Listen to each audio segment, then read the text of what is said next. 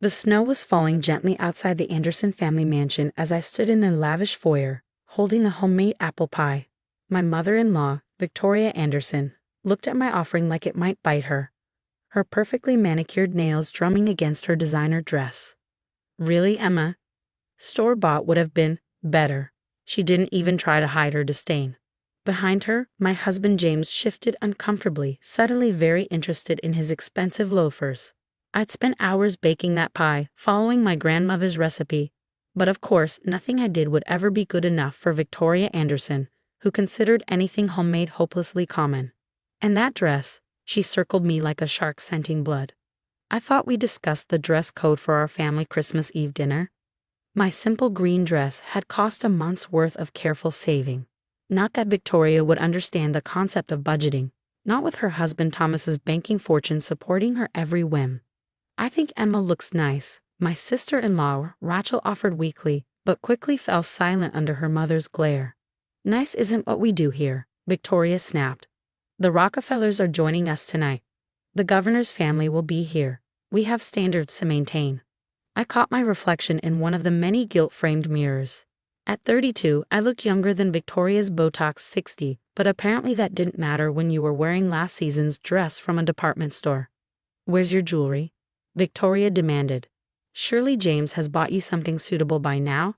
Her eyes narrowed at my simple pearl necklace, my mother's last gift before she passed. Mom, James finally spoke up, though he wouldn't meet my eyes. Maybe we should. Maybe we should what? Victoria rounded on him. Continue pretending your wife fits into our world? Really, James, when you said you were marrying a kindergarten teacher, we assumed it was a phase. 5 years. 5 years of these subtle digs and not so subtle insults. 5 years of James promising to stand up to his mother, then folding like a house of cards the moment she raised an eyebrow. Victoria, I started, my voice steady despite the hurt. I understand you have certain expectations. Expectations? She laughed, the sound sharp as breaking glass. My dear, I expected my son to marry someone who understands our world. Someone who could handle the responsibilities of being an Anderson. Instead, she gestured at me dismissively, as if my entire existence was an affront to her sensibilities. Instead, he brought home someone who thinks a homemade pie is an appropriate offering for a 5-star catered event. Someone who shows up in off the rack when every other guest will be in Channel and Dior. The front door chimed. Through the frosted glass, I could see the silhouettes of the first guests arriving. Mom's right, James said quietly, still not meeting my eyes. Maybe it would be better if he didn't stay for dinner. The betrayal shouldn't have hurt. It wasn't the first time he'd chosen his mother over me. But something about this moment on Christmas Eve, with snow falling outside and my grandmother's pie still warm in my hands, broke something inside me. Better for whom, James? Emma, don't make a scene, Victoria hissed. The Rockefellers are here. Just go home. We'll discuss this after the holidays. I looked at my husband, still fascinated by his shoes. At Victoria, already plastering on her society hostess smile. At the pie in my hands, made with love and care for people who had never shown me either. You know what? You're right. I set the pie down carefully on the marble entrance table. I don't belong here. I never did. Finally, Victoria sighed. She sees reason. James, shove her out the back door. We wouldn't want the guests to. Oh no, I interrupted, my voice carrying clearly through the foyer. I'll use the front door, just like all your other guests. Victoria's face paled. You wouldn't dare make a scene. But I was already walking to the door, my head held high. I pulled it open just as Harrison Rockefeller and his wife were about to ring the bell again. Emma, Harrison's face lit up with genuine warmth. But I was already walking to the door, my head held high. I pulled it open just as Harrison Rockefeller and his wife were about to ring the bell again. Emma, Harrison's face lit up with genuine warmth. Nothing serious, I hope. The children would be devastated if anything happened to their favorite teacher. Nothing I can't handle, I assured her, noting Victoria's confusion with grim satisfaction. Please enjoy your evening, and tell Emily she was a wonderful angel. I stepped out into the snow, leaving Victoria to explain my absence to the governor's wife, who was now approaching with her daughter, another of my students. What Victoria didn't know, what none of them knew, was that my little kindergarten teacher's salary wasn't my only source of income. The inheritance my mother left me had grown substantially under careful management. The educational software company I'd built in my spare time had just been valued at 8 figures. And the Anderson family mansion, the one Victoria loved to lord over everyone, it was about to go up for auction, thanks to some bad investments Thomas had made. Investments I knew about because I sat on the board of the bank that held their mortgage, anonymously, of course. As I drove home through the snowy streets, my phone buzzed with text after text from James.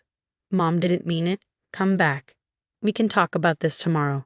I didn't respond. Instead, I called my financial advisor.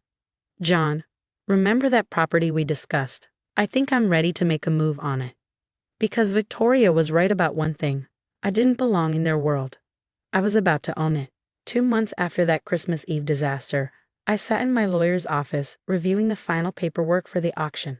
Thomas Anderson's financial house of cards had collapsed spectacularly, taking the family's carefully curated image down with it. "The auction is tomorrow," Michael, my lawyer, confirmed. "And you're sure you want to do this? It's significantly above market value." I smiled, thinking of Victoria's face when she'd been forced to tell her society friends they were losing the mansion. "Oh, I'm sure. Have you arranged everything exactly as I specified?" "Yes. The bid will be made through Shell Corporation Bida, completely untraceable to you. And the terms of purchase are non-negotiable," I finished. My phone buzzed, another text from James. "Please talk to me. Mom's a wreck. Dad's not sleeping. We can work this out." I added it to the folder of unanswered messages. In the 2 months since Christmas Eve, James had cycled through anger, pleading, and now desperation. Victoria had even tried visiting my classroom, only to be stopped by security. Apparently, being an Anderson didn't grant automatic access to one of the city's most exclusive private schools. Did you know, I mentioned to Michael that Victoria once told me teaching was a quaint hobby for women who couldn't do better. She never bothered to learn that half her social circle sends their children to my school. The auction itself was deliciously anticlimactic. I wasn't even there. My proxy handled everything while I taught my kindergarten class about butterflies. But I heard later that Victoria had attended, expecting some society friend to swoop in and save their precious family home. Instead, an anonymous corporation had outbid everyone, offering cash with one unusual condition. The Andersons would have to be out in exactly 1 month. "Emma," James cornered me outside my classroom a week later. He looked terrible, designer suit wrinkled, hair unkempt. "Please, Mom's having a breakdown. This house has been in our family for generations." "Really?" I raised an eyebrow. "Because I have the property records right here." I pulled out a folder. "Your parents bought it 15 years ago from the Williams family, another acquisition for Victoria to brag about." His face fell. Even their family history was a carefully constructed lie. "The new owners," he tried again, "they won't even negotiate. Dad offered above their bid." "With what money?" I interrupted. "The money he lost in bad investments, or the money your mother spent trying to maintain her image." The moving day dawned bright and clear. I'd arranged to be there, officially to ensure the transfer went smoothly. Victoria was supervising the movers, barking orders about her precious antiques while Thomas sat in his study, drinking at 10 in the morning. "Careful with that," she snapped as movers carried out her favorite settee. "It's worth more than you make in a year." Actually, I spoke up, checking my clipboard. "According to the auction records, most of your furniture was rented. The settee goes back to Hampton Lux Rentals." Victoria whirled to face me. "What are you doing here?" "Representing the new owners." I smiled pleasantly. "We need to do a final walkthrough before you hand over the keys." "You," she sputtered, "you have no right." "She has every right." James's sister Rachel appeared, looking exhausted. "Emma's the new owner, isn't she?" The silence was absolute. Even the movers stopped what they were doing. "What?" Victoria whispered. Rachel laughed bitterly. "Oh, come on, Mother. The anonymous buyer? The 1-month deadline? The detailed knowledge of which furniture is actually yours? Who else would it be?"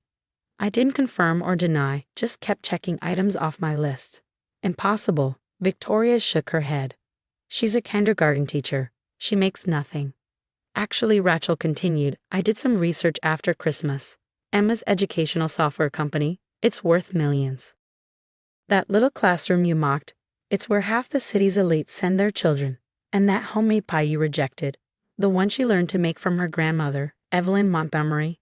Victoria's face went white. The Montgomery family was old money, the kind of wealth that didn't need to show off. Your father, Rachel told me, he was Samuel Montgomery's son, wasn't he? The tech pioneer. I nodded, finally looking up from my clipboard. The same Samuel Montgomery who founded the bank that held your mortgage. Family connections are fascinating, aren't they? Victoria sank onto a bare stair, her designer dress crumpling. All this time, I agreed. You were so busy looking down on me, you never bothered to really look at all. By the way, the charity board you desperately wanted to join, I've sat on it for 3 years. They're the ones who recommended my school to the Rockefellers. James appeared in the doorway, face ashen. The house, you bought our house? Not exactly, I smiled. I bought my house. You're just the previous occupants who need to leave. Victoria found her voice. You did this for revenge. Because of Christmas. No, Victoria. I did this because it was a sound business investment. The fact that it makes you feel what you've made me feel for 5 years? That's just, what did you call it? A little hobby of mine.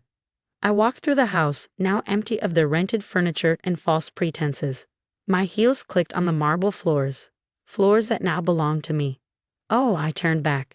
Don't worry about forwarding addresses. Any relevant documentation will go through your lawyers.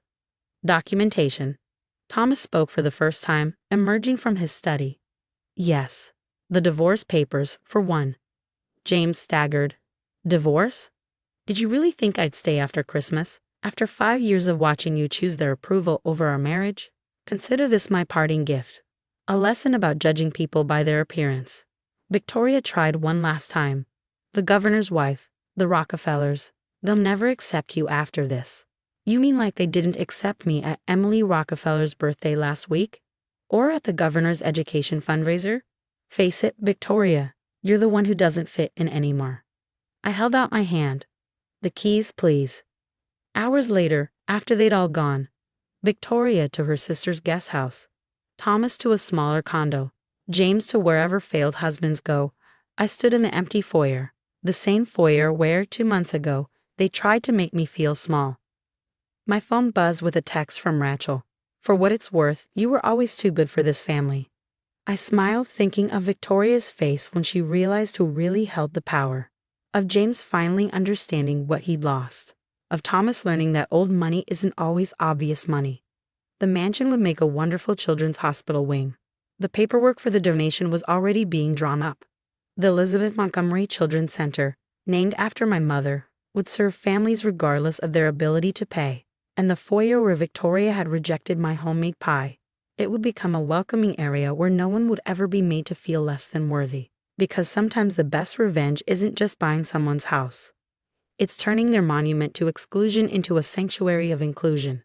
As for me, I still teach kindergarten, still drive my comfortable car, still bake pies from my grandmother's recipe. But now when the society pages mention the Anderson family's fall from grace, they also whisper about the quiet teacher who taught them the most valuable lesson of all. Never judge a book by its cover, especially when that book might own your